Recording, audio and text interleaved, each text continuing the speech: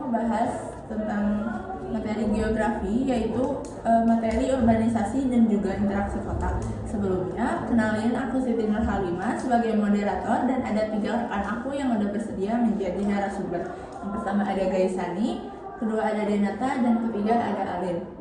Langsung aja kita ke pembahasan mengenai urbanisasi. Apa sih urbanisasi itu? Jadi urbanisasi itu perpindahan penduduk dari luar kota atau desa ke kota untuk menetap dan meningkatkan taraf hidupnya. Nah, selanjutnya ada sebab terjadinya urbanisasi. Sebab terjadinya urbanisasi itu ada 2 faktor. Yang pertama faktor penarik dan juga faktor pendorong. Yang pertama faktor menarik akan dijelaskan oleh Denata dan faktor pendorong akan dijelaskan oleh Alin. Untuk faktor penarik, yang pertama, anggapan kota banyak lapangan kerja dan lapangan penghasilan. Yang kedua, merupakan pusat fasilitas segala bidang. Yang ketiga, kota merupakan tempat yang mempunyai tingkat kebudayaan yang lebih tinggi. Yang keempat, tingkat upah di kota lebih tinggi. Dan yang kelima, tempat untuk menggantungkan skill. Yang kedua, ada faktor pendorongnya. Yang ke-1, proses pemiskinan akibat lahan sempit atau hak waris. Yang kedua, lapangan kerja makin terbatas. Yang ketiga, upah desa relatif rendah. Yang keempat, fasilitas di desa yang terbatas. Yang kelima, tekanan adat istiadat. Dan yang kelima, faktor keamanan. Oke, selanjutnya ada juga dampak dari urbanisasi. Dampak urbanisasi untuk kota: kepadatan penduduk, kemacetan, polusi udara, dan lingkungan. Dan untuk bagi desa, ada kehilangan tenaga kerja produktif, perubahan struktur sosial, dan penurunan kegiatan ekonomi lokal. Oke. Setelah itu ada juga upaya penanggulangan dalam masalah yang ada di urbanisasi.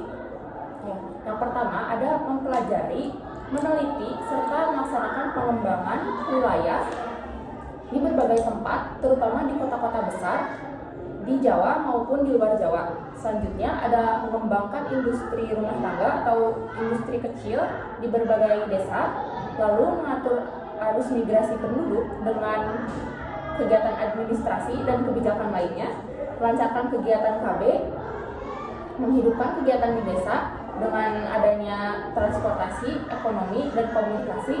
Yang terakhir ada pembangunan perumahan rakyat yang murah dan memenuhi kesehatan.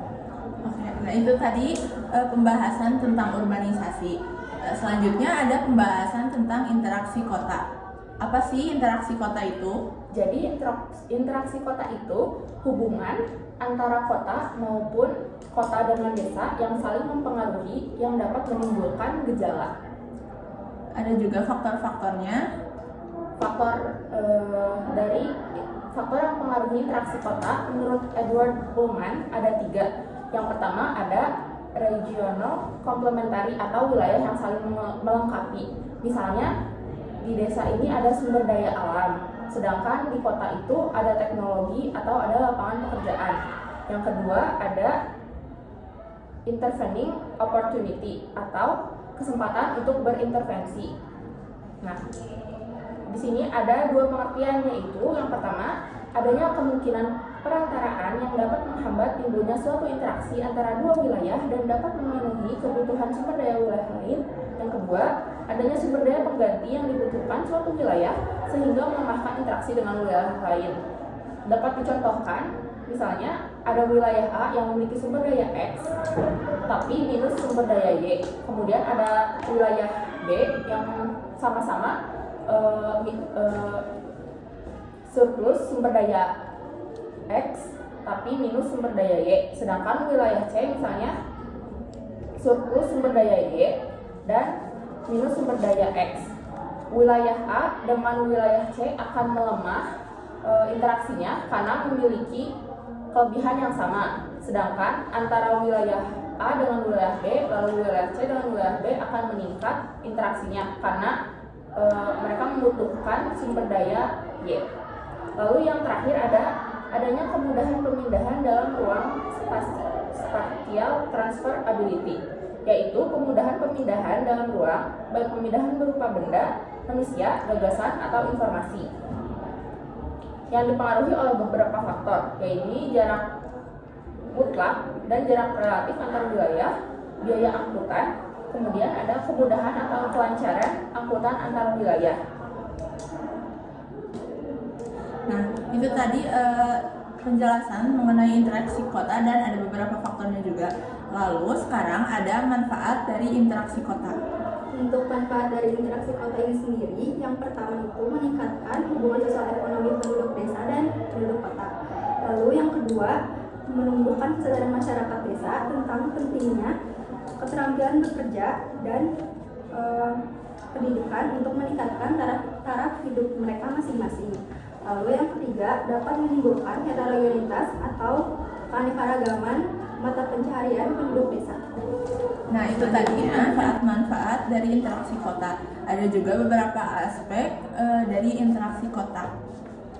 Yang pertama untuk aspek ekonomi yaitu memperluas perdagangan, mengubah orientasi ekonomi desa, membentuk pusat pasar, dan meningkatkan pendapatan kedua pihak.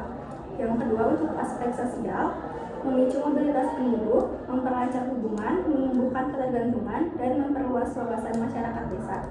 Yang ketiga untuk aspek budaya yaitu meningkatkan pendidikan di desa, memengaruhi perilaku masyarakat desa, serta mengembangkan potensi budaya yang menarik wawasan wisatawan.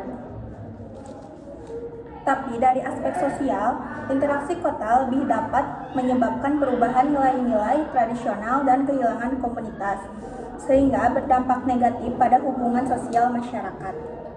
Sekian mini podcast dari kita. Mohon maaf bila ada kesalahan dalam penyampaian materi. Dadah. Dadah. Dadah.